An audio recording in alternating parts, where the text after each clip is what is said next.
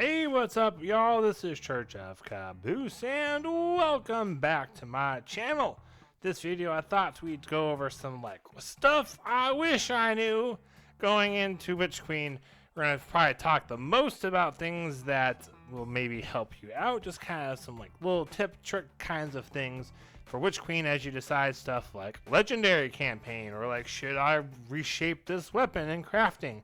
That sort of thing. The stuff I wish I had known so that way I wasn't stuck where I'm currently stuck. So hopefully this helps you guys out, or at least is, useful / helpful in one way or another. So if you do enjoy the video, make sure you subscribe to my channel as well as like the video. So the first thing that I wish I had known before is going to be about the campaign. So everyone knows there's a legendary campaign and there is a regular campaign. The advantage of doing the legendary campaign is, besides bragging rights, is that at the very end you get to pick one of the 2 new exotics for your character, as well as get 1520 power for all the gears. And the characters, boom, automatically 1520. If you weren't aware, the new max power is 1560. The soft cap, which is where blues will stop upgrading you, is 1500. So a 1520 full set of armor and weapons is pretty useful, and then you have to grind with powerfuls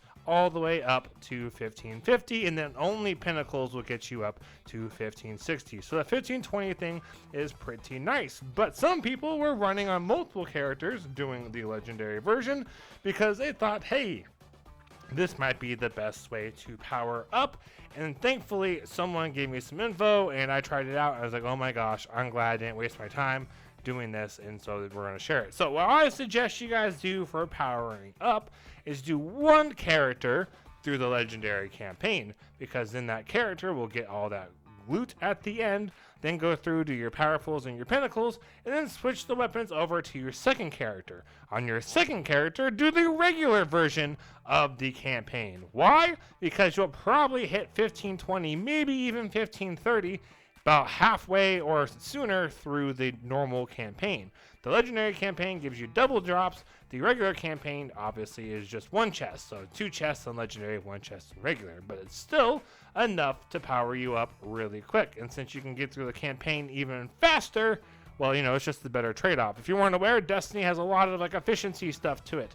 What gives you the best odds for what kinds of loot drops, that kinds of thing. So if your main objective is to power up as fast as possible, then you'd be best off to have 3 characters, do legendary on 1 character, and then do the regular on the other 2 characters. Make sure you switch your weapons over each time. So that's something I wish I had known, and I'm glad I got a heads up. Another thing I think a lot of people wish they had known, myself included, is that when you do the legendary campaign, you get to pick one of the 2 new exotics.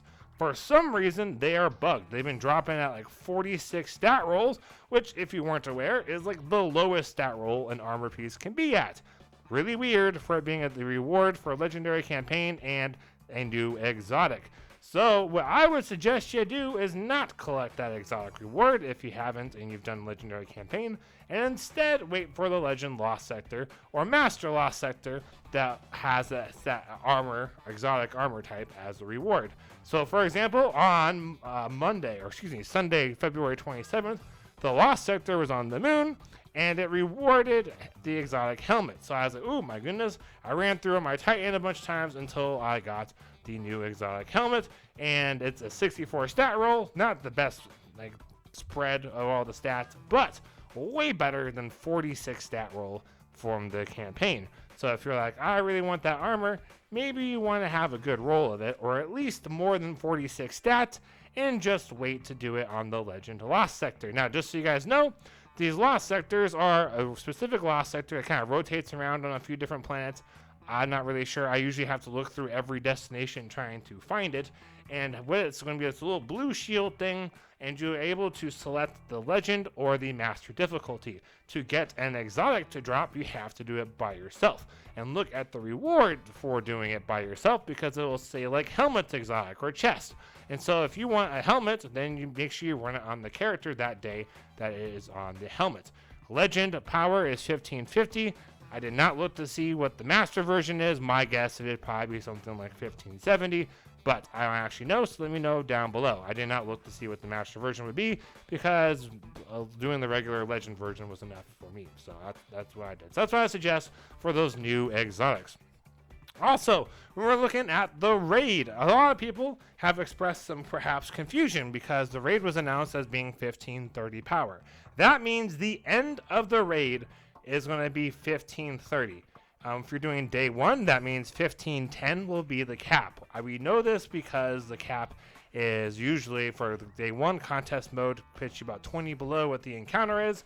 So I would imagine, since Bungie said the last encounter is 1530, recommended that probably means contest mode, day 1 raid, 1510, which is the other reason a lot of people were wanting to do the Legend campaign, because then they don't have to worry about the power grind. They can get done, be high enough for a day 1 raid, and focus on quests and exotics and things like that.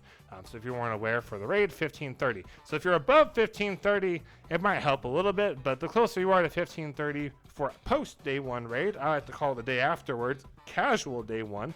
That's my jam. Then 1530 is what you want to be aiming for, which is not that hard. I've got 2 characters that are getting close to 1550 now these days. I haven't hit my 3rd character yet.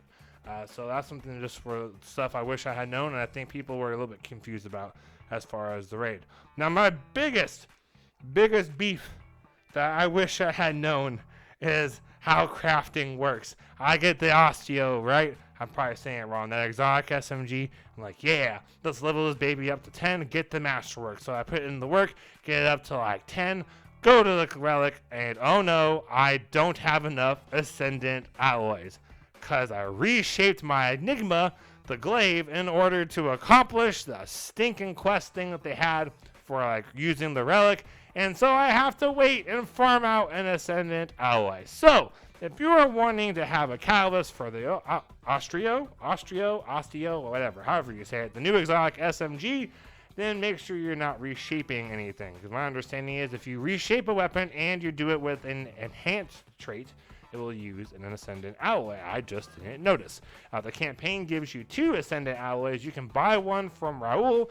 There it gives you 3, and then you're set. The issue with Raul is you can only get 1 per account a week. It's per account. I already checked. So I'm out of luck till Tuesday, unless I can farm the hell out of Wellspring or like these heroic story power mission things, at which point that will, if I get really, really lucky, that'll help me out. The crafting is annoying. I kind of, honestly, right now miss the old system because this crafting thing is not nearly as versatile and as useful as they implied it to be. They're like, oh, if you want to do PvP, just hop over to the relic, put on some PvP stats, and then, if you feel like switching to Gambit or something, just change it over. Yeah, no big deal. Well, it's kind of a big deal. It takes a lot of resources. So that's been kind of my main beef is the Osteo Catalyst. I'm annoyed. Very annoyed. So those are just some things that I wish I knew going into, starting off with the Witch Queen. It would have been great to help me out in that first weekend of playing. I'm putting this out now in hopes of entering week 2 of the Witch Queen, that this maybe helps some people out that are maybe kind of new, that have been busy and checking this out, and hopefully it can save some people some struggles that I have been dealing with. So hopefully this helps you out. Thank you guys all so much for watching. I really appreciate it. I am Church of Caboose. Have a great week and happy grinding, y'all.